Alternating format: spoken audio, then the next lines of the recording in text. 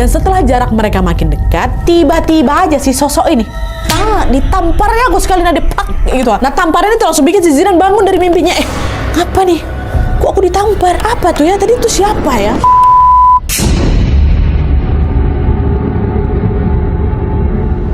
Oke, jadi kisah yang akan menceritakan ini dikirim sama Wak kita yang bernama Zidane. Halo Mas Zidane. Nah, jadi Wak kisah itu dialami sama Mas Zidane di tahun 2018 ketika sedang mempersiapkan turnamen tinju di suatu kejuaraan nasional. Nah, sedikit informasi saja tentang Zidane, Wak. Zidane ini adalah seorang atlet tinju yang sudah mulai latihan sejak umur 9 tahun. Pada saat aku tuh masih kecil lah aku tuh dibesarkan dari lingkungan yang lumayan keras dan dia ini tumbuh menjadi anak yang jadi susah diatur, Wak. Dan supaya kenakalan itu tuh berhenti, bapaknya Zidane memasukkan Zidane ke klub tinju di kotanya. Karena waktu itu bapaknya mikir, siapa tahu kalau ikut tinju energinya tuh bisa teralihkan, jadi nggak sempet nakal lagi gitu. Pikiran bapakku mungkin kayak gitu Nadia.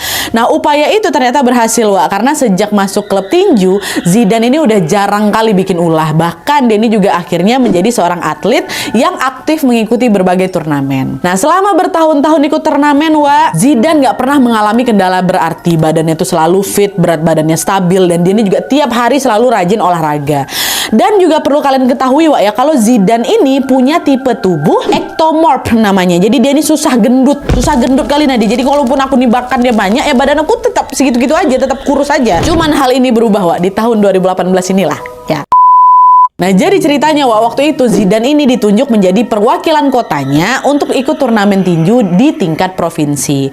Nah, karena turnamen itu tuh termasuk kelas elit, bisa dibilang jumlah rondenya juga gak kayak biasanya yang cuma 3 ronde, Wak, tapi bisa sampai 7 ronde gitu loh. Zidane mikir, nah kali ini aku harus serius lagi nih. Kalau aku menang, nama aku bisa dikenal banyak orang, katanya. Nah, berawal dari keinginan itu, sejak H-8 bulan sebelum turnamen ini, Zidane langsung nambah porsi latihannya dia, Wak. Dari yang biasanya cuma 2 kali seminggu, dia naikkan jadi 5 kali seminggu. Dan selain rajin latihan, Zidane ini juga selalu menjaga pola makannya. Dia jarang makan gorengan, lebih sering makan protein dan serat. Pokoknya dia ini betul-betul menjaga supaya berat badannya tetap ada di angka 52 kg, Wak. Kenapa gitu? Karena dia menargetkan untuk bertanding di kelas bantam. Ini kelas bantam ini kategori petinju dengan berat badan antara 51 sampai 54 kilo. Itu artinya lawan yang akan ditandingkan sama Zidane nanti beratnya juga sekitaran segitu juga, 51 sampai 54. Kelas bantam, sorry. Kelas tinju profesional tuh banyak kali tingkatannya, Wak, kata si Zidane. Kalau nggak salah aku juga waktu cek ada 17 tingkat. Mulai dari kelas minimum itu tuh maksimal berat di 47,6 sampai ke kelas heavy itu di atas 90,7 kg, Wak. Nah, bantam yang dipilih sama Zidane ini di tengah-tengahnya, ya. Nah, singkatnya kebiasaan hidup sehat ini pun berjalan dengan lancar tanpa ada kesulitan apapun, Wak. Tapi ketika memasuki H-1 bulan sebelum turnamen, tiba-tiba ada kejadian aneh, kejadian mistis yang menimpa Zidane dan berdampak pada tubuhnya Zidane. Nah, jadi hari itu, Wak, sepulang latihan, Zidane ini lagi duduk-duduk santai bareng kawan seklubnya yang namanya Nico. Dan ngobrol-ngobrol-ngobrol, terus obrolan itu mengalir aja, Wak, sampai si Nico ini tiba-tiba nanya, Zidane, sebulan lagi kok ikut turnamen kan? Kelas bantam kok kan? Iya, kelas bantam. Kenapa emangnya? Nggak tahu ya aku, dan tapi kok kelihatannya kok makin berisi lah. Kayak kok nggak masuk nih di kelas bantam, katanya gitu. Hah? Enggak kok, aku masih rutin latihan, makanan aku juga dijaga. Perasaanku aja tuh. Iya kah? Kayaknya nggak bantam deh nih. Besar anaknya. Cuman ya udah di situ Niko ngangguk aja, Wak. Tapi tatapannya tuh tetap macam nggak enak gitu ke aku, Nat. Macam nggak yakin. Nah, selesai ngobrol, mereka bubar lah dan pulanglah itu ke rumah masing-masing. Tapi gara-gara kepikiran omongan si Nico tadi, Zidane memutuskan untuk menimbang berat badannya, Wak, di tempat latihan itu. Nah, begitu dia nimbang, dia lihat angkanya, langsung terkejut aku di situ dia. Berat badan aku betulan naik drastis. Terakhir berapa? 52 kilo kan? Jadi 80 kilo. 80 kilo. Astagfirullahaladzim, kok jadi segini berat aku? Gak mungkin lah, ini timbangannya error nih pasti. Udah aku coba ya pakai timbangan rumah, kata gitu. Nah, kata si Zidane pula. Zidane setengah panik tuh, Wak. Nah, akhirnya Zidane pun langsung ngambil tasnya, buru-buru balik ke rumah.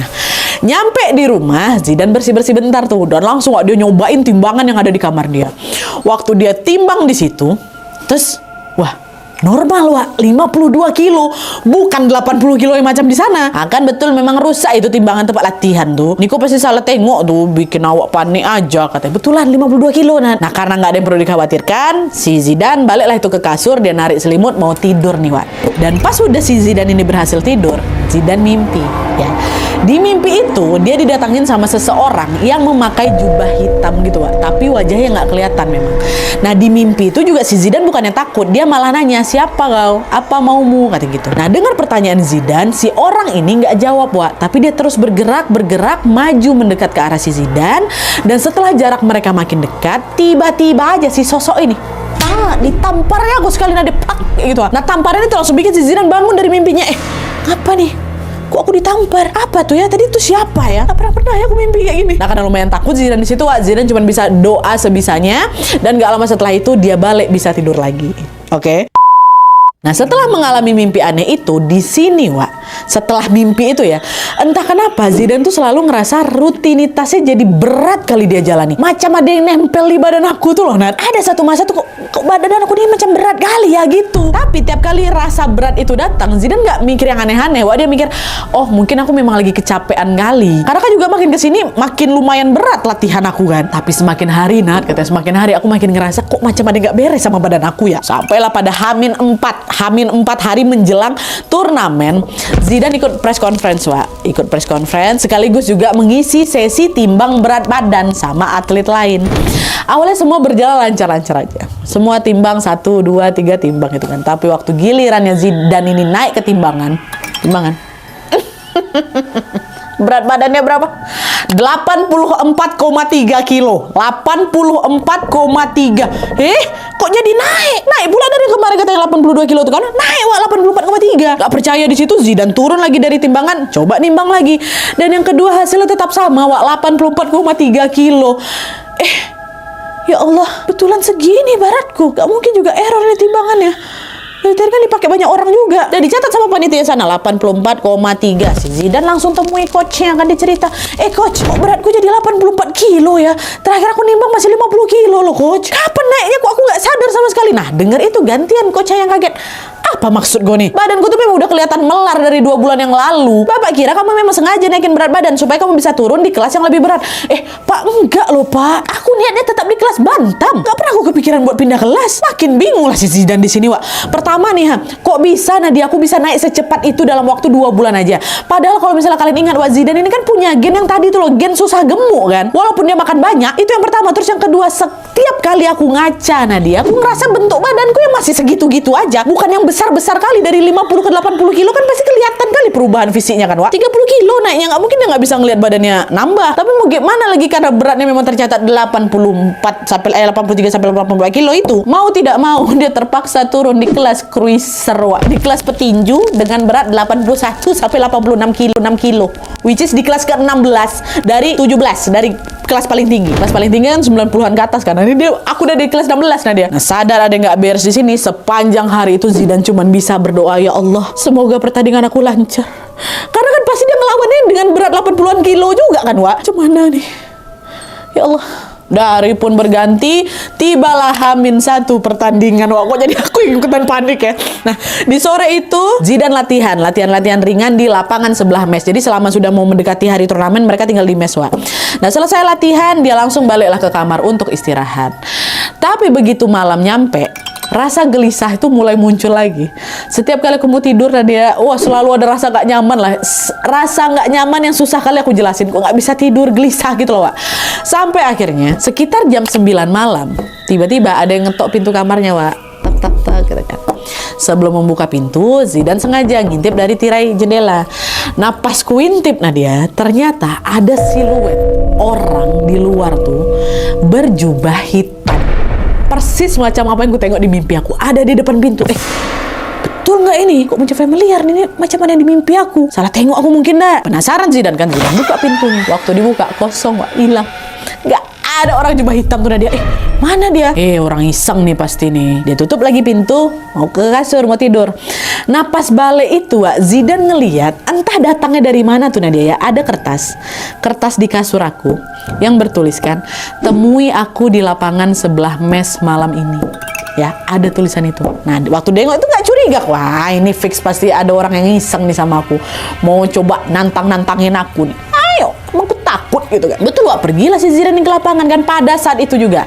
Nah waktu nyampe di sana suasana hening. Kok nggak ada orang itu? Nggak ada orang sama sekali, Nat. Karena nggak ada orang, Zidane mau balik kamar. Udahlah, nggak jelas memang. Oh, nantang aja kok berani. Aku datangin nggak ada kalian. Mau balik badan nih, mau balik ke kamar lagi. Waktu aku balik badan, wah tiba-tiba di hadapannya siapa nih Wak muncul. Laki-laki yang tadi dia tengok di depan jendela tuh, ada di situ. Memang betulan itu aku tengok. Nah dia pakai jubah hitam. Terus aku belum sempat nanya dia kenapa, dia ada jalan depan aku. Dia ngomong gini, "Nek wani ojo wedi, nek wedi ojo wani." Sisi lain waktu digitu, bukan aku waktu itu Nadia ya, waktu itu aku nggak takut sama sekali, sumpah. Justru aku ngerasa tertantang. Oh siapa kok, apa mau kok di sini kan? Tanya kayak gitu, diam dia tengok aku memang, nah, muka manusia biasa, tapi dia tengok aku kan. Dia tengok, dia nggak ngerespon apa-apa. Sempat juga aku kepikir dalam hati, ini jangan-jangan tes ini, mungkin ada senior atau sesama atlet yang lagi ngerjain aku nih gitu loh. Ya udah aku tantang balik, kok mau adu-aduan sama aku kan, ayo. Nah karena ada kepalang emosi, Zidane betul langsung lepaskan pukulan ke arah si wajah si cowok ini kan. Tapi dengan mudah langsung ditangkis sama si pria misterius itu. Wah ditangkis sekali Nadia, makin panas si Zidane. Zidane keluarkan lagi semua teknik tinju yang dia punya kan. Wah dihajar sebelah kiri, hajar bawah atas, semua dihajar sama siapa. Tetap Wak, seberapa keras pun dia menyerang, nggak ada satupun pukulan aku yang berhasil mendarat di muka dia tuh, nggak ada Nat. Semua ditangkis dia dengan presisi. Aku macam lagi menghadapi petinju profesional, memang tetap nggak kena ya kan. Nah setelah cukup lama ngeladen itu orang udah tinju dia di arah manapun, kecapean si Zidane Wak. Nah sadar kalau lawannya kayaknya terlalu kuat, Zidane akhirnya ayo udahlah, udah kalah aku. Dia memilih untuk menyudahi serangan itu, ditinggalkan ya orang itu gitu aja Wak. Dia betul-betul udah ditinggalkan aja gitu. Dan sampai sini Zidane belum tahu nih Wak ya orang ini siapa, dia nggak kenal sama orang ini. Nah baru beberapa langkah berjalan mau ninggalin si orang ini, tiba-tiba angin berembus kencang. Angin tuh datang, refleks Zidane langsung noleh juga ke belakang, nengok si laki-laki tadi. Waktu aku tengok belakang, nggak ada, dan hilang dia. Nggak ada siapapun di sana. Wah di situ baru aku merinding. Kok hilang dia? Waktu ngelawan aku nggak ada takut sama sekali, tapi waktu aku tengok dia nggak ada, langsung kabur, berlari. Aku berlari deh sekencang-kencangnya masuk ke kamarnya, ya kan.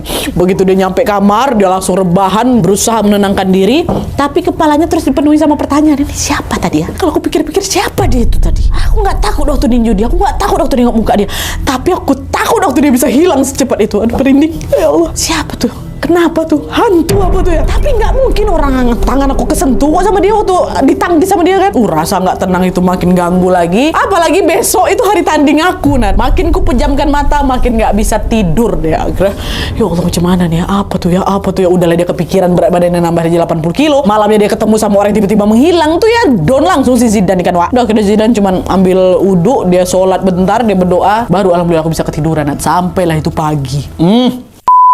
Besok paginya Zidane bangun, dia sholat subuh, dan dia menyempatkan diri untuk jogging, Wak. Karena pertandingan itu baru dimulai jam 9 pagi. Nah, pas lagi jogging itu, temannya Zidane sesama atlet, namanya Denny, tiba-tiba ngomong kayak gini. "Weh, semalam semua orang lagi ngomongin kau loh," katanya. "Hah? Ngomongin aku? Ngapa? Bikin salah ke aku?" katanya. "Enggak, weh. Mereka yang ada takjub kali nengok kok shadow boxing tadi malam di lapangan," katanya. "Hah?" Nah, ini nih, buat kalian yang belum tahu, Wak, shadow boxing itu latihan sendirian. Latihan sendirian sambil ngebayangin lagi tanding sama lawan musuh beneran gitu loh, Wak. Itu shadow boxing namanya. Orang semua pada takjub nengok kok shadow boxing keren kali, kata kawan-kawan. Apa nggak merinding aku udah gitu kan? Hah? Semalam aku lagi bertinju sama orang itu, kok aku dibilang lagi shadow boxing? Fix. Masa mereka nggak lihat orang itu? Tapi udah kan, karena dia juga nggak mau ketahuan, takut nih. Zidane nggak perpanjang obrolannya lagi, Wak. Zidane bilang, "Oh iya, Wak, iya semalam aku latihan sendiri. Soalnya kan juga ini pertama kalinya aku ikut sampai ke level provinsi kan, Wak. Makanya aku nggak mau setengah-setengah. Jadi itulah aku shadow boxing." Aku gitu kan, enak. "Oh ya mantap, good luck ya, Wak ya. Semoga aku bisa menang," kata si Denny. "Oh iya, Wak, makasih. Yaudah kita lanjut jogging lagi." Itu dalam hati aku udah udah fix tuh bukan orang aku tengok tuh. Udah mereka lanjut keliling lapangan sampai selesai itu kan. Nah setelah jogging, Zidane sama kawan-kawan lainnya pun bersiap untuk menghadiri upacara grand opening turnamen itu. Acara pembukaan itu berjalan lancar dan juga disambut langsung oleh gubernur setempat. Setelah selesai upacara, Zidane menyempatkan diri untuk latihan tinju lagi, Wak, karena dia baru tandingnya sekitar jam 4 sore, masih agak lama. Nah dia kan bergantian kan. Nah setelah berlatih dan istirahat yang cukup, waktu yang ditunggu-tunggu pun tiba. Zidane mempersiapkan diri untuk masuk ke arena permainan sambil menunggu aba-aba dari wasit. Dia masuk kelas apa tadi? Kelas yang 80 kilo, Wak. Dan ketika dia lagi nunggu pertandingan itu dimulai, Wak, disitulah Zidane kembali mengalami kejadian mistis yang aduh kok bisa ya. Jadi, waktu lagi nunggu pertandingan itu dimulai, Wak, mata Zidane ini nggak sengaja tertuju ke arah orang yang lagi duduk di bagian atas tribun. Tribun. Dari penampilannya, orang tuh udah macam berbeda gitu loh, Wak, dari penonton-penonton lain. Dimana dia pakai jubah serba hitam dan seolah-olah sengaja nggak ngeliatin wajahnya. Ada di situ, tapi aku nampak orang itu ya. Itu kayak laki-laki tadi malam lah kayaknya. Kok ada di situ dia? Kok ada di situ? Udah gak enak perasaan Zidane di situ kan, Wak. Tapi karena dia harus fokus ke lomba, dia pun berusaha untuk menenangkan diri. Udahlah, dah terserah kau. Selagi kau nggak ganggu aku biarin aja. Jangan kau ganggu aku mau tanding nih, ya kan? Di saat yang sama, Zidane sudah mulai semangat nih, Wak. Semangat lomba setelah dia mendengar suara-sorakan penonton yang menyebut namanya juga. Makin pede lah aku waktu itu kan dia. Tapi makin dekat aku menuju ke ring tinju, aku langsung shock. Gegara lawan yang harus dia kalahkan tuh, wah, besar kali badannya dan besar. Keringat dingin lah, ya Allah ya Robby, macam mana orang tuh gede kali, ha? Kayak mana cara aku ngalahinnya? Baru tengok aja aku udah gemetar, memang besar nah dia. Fisikku fisik 52 kilo loh. Sadar tenaganya nggak akan mampu menandingi si lawan itu. Ketika pertandingan dimulai, Wak, di sini nih, Zidane memilih gerakan bukan melawan, tapi bertahan. Jadi setiap kali dia diserang tuh, Zidane bakal menghindar, dan dia nggak berani nyerang balik, Wak. Tapi makin dia bertahan, lawannya justru makin agresif lagi, makin sering nyerang aku nih dia. Nah di sisi lain, ngelihat Zidane yang terus ragu-ragu ini, komentatornya sampai ngomong loh, ini gimana sih? Kok yang satunya cuma bertahan terus, salah, nggak seru ini tandingnya gitu. Tapi gitu kan aku cuek kayaknya. Zidane terus berusaha bertahan sambil berharap waktu cepat habis kayak gitu. Dan alhamdulillahnya nggak lama kemudian peluit tanda istirahat ronde pertama dibunyikan. Nah udah selesai gitu kan. Bentar aku istirahat dulu gitu. Tapi, Wak, ketenangan itu cuma bertahan bentar aja, karena di ronde kedua fokusnya Zidane langsung hancur total ketika dia ngalami kejadian aneh lagi. Jadi waktu di ronde kedua ini, Wak, Zidane ngerasa hawa di sekitar aku tuh Nadia berubah mencekam. Teriakan penonton yang tadinya rame tadi tuh udah betulan nggak kedengar sama sekali, nggak ada sama sekali. Kenapa nih ya? Apalagi pengeng telingaku bagaimana? Coba di situ Zidane tetap tetap dengan pakai gaya bertahannya itu, dia tetap nggak mau nyerang sama sekali. Dia terus dengan pukulan demi pukulan sampai akhirnya peluit tanda break ronde kedua dibunyikan. Waktu break ronde kedua ini, Zidane sesekali nengok ke arah tribun. Dan di sana masih ramai, Wak, penonton yang lagi duduk di tempat masing-masing tuh. Cuman lagi-lagi itu dia nggak dengar sama sekali, suasananya tuh seramai itu tuh nggak dengar. Jadi suara di sana macam di-mute-kan tuh loh. Apa nih ya? Kok pengeng? Nah, di saat yang sama mata Zidane nggak sengaja tertuju ke arah penonton yang pakai jubah hitam tadi yang terakhir kali dia tengok. Nah di sini Zidane notice, Wak, ada yang aneh. Orang berjubah hitam itu tiba-tiba berubah posisi. Dari yang awalnya kan tadi mana di tribun paling atas kan? Sekarang pindah dia ke bagian tengah. Kok udah pindah dia? Tadi udah di atas. Bantai gue lah. Nah, nggak lama tanda ronde berikutnya mau dimulai terdengar. Dah lanjut lagi nih, Wak. Di ronde-ronde selanjutnya, Wak, keanehan itu terus berulang. Setiap kali istirahat, sosok itu makin dekat ke arah si Zidane duduk ya. Gitu, makin dekat. Meskipun ngerasa was-was, Zidane memaksakan diri supaya tetap fokus bertanding ya kan. Nah, bantai kamu duduk di mana, yang penting aku tetap bertahan dari si lawan ini. Sampai akhirnya di istirahat ronde ke-6, Wak, orang berjubah itu tiba-tiba hilang. Nggak ada di peredaran tuh, nggak ada Nadia. Dia nggak ada, awak yang kecarian ya kan, celingak-celinguk si Zidane cari si laki-laki itu mana. Sampai coach aku bilang, "Oi, kau cari apa sih? Fokus lah kau. Kau harus kejar poinmu dari ronde tadi. Kau cuma defense aja terus." "Iya coach, maaf, baik. Aku akan fokus lagi habis ini," kata gitu. Dah, waktu pertandingan lagi dimulai, Wak, Zidane coba tuh untuk balik fokus ngelawan, bukan bertahan lagi. Tapi pas dia udah di mode fokus ini, tiba-tiba Allah, dia dikejutkan dengan kemunculan orang berjubah hitam itu lagi. Tapi udah di dekat ring, dan anehnya di situ dia keluarin liak-liuk tubuh yang aneh di atas kursi istirahat.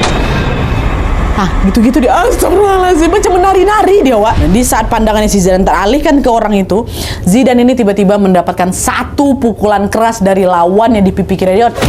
Langsung mental aku, Nadia. Mentalnya bukan di ring, ke lantai ring, di luar ring maksud aku. Kalian bayangin, Wak, 52 kilo dihantam sama 80 kilo, apa nggak tepar itu, langsung dihantam kena buar. Waktu aku lagi tepar itu wasit menghitung dari 1 sampai 10 supaya Zidane bangun. Itu aku masih sadar, memang aku tuh pental aja. Sayangnya Zidane tuh nggak kuat bangun, KO dia. Kalah dia di sini berarti kan. Nggak lama setelah dia dinyatakan kalah, waktu itu udah ada petugas medis, Wak, yang ngecek detak jantungnya nih. Nah, di sini Nat.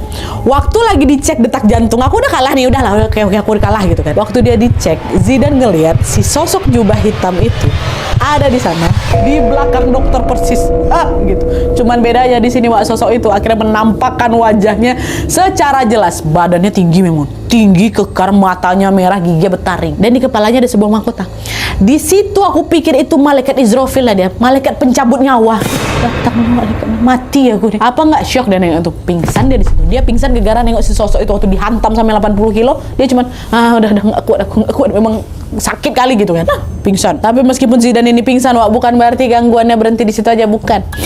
Karena nggak lama dari situ, Zidane malah terbawa masuk ke alam mimpi dan mengalami kejadian yang jauh lebih aneh lagi dari sebelumnya, Wak, ya. Nah, jadi pas dia lagi pingsan ini, Zidane kan mimpi, dia ketemu lagi, Wak, sama si sosok baju hitam ini. Sosok ini berjalan mendekat ke arah Zidane, terus ngomong hal yang sama.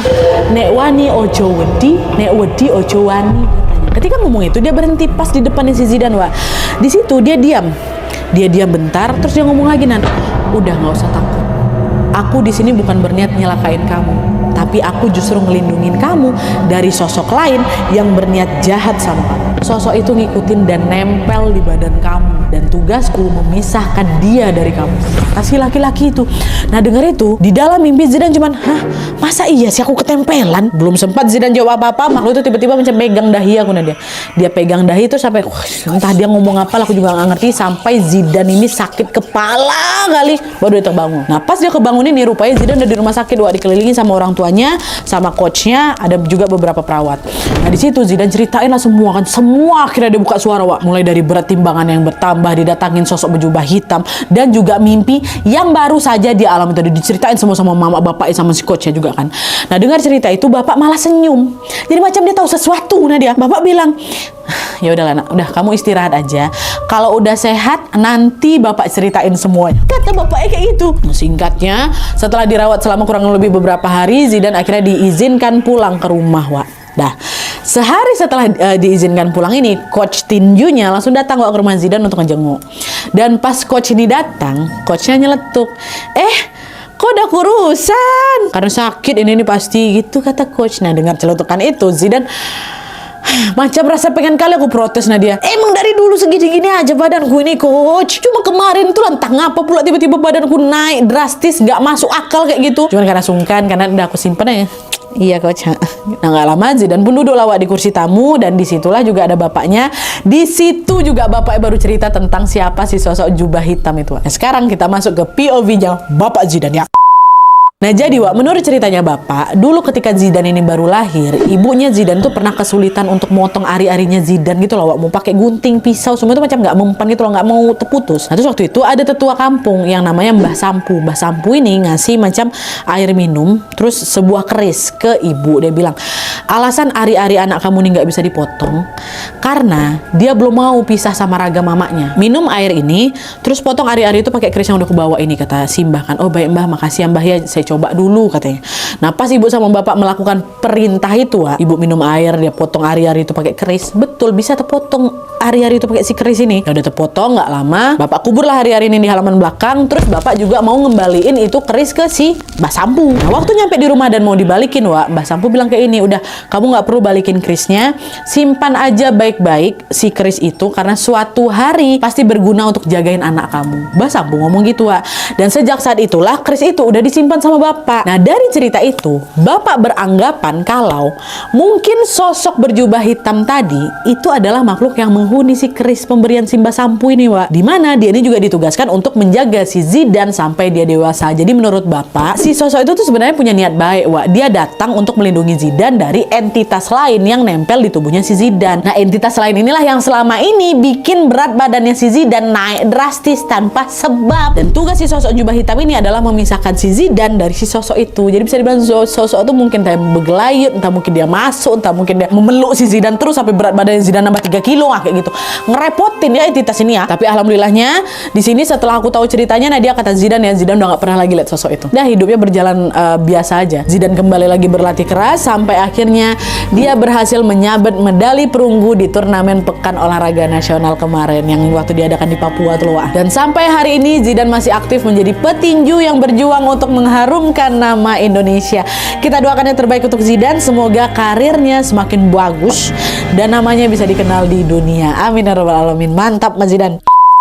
Oke Wak, jadi itu tadi kisah Zidane yang tiba-tiba mengalami perubahan berat badan secara drastis dan secara goib. Pengalaman yang sulit dipercaya Wak ya kalau cuma pakai logika. Tapi siapa sangka di balik semua kejadian itu ternyata ada sosok tak kasat mata yang mungkin selama ini selalu menjaga dia dari jauh.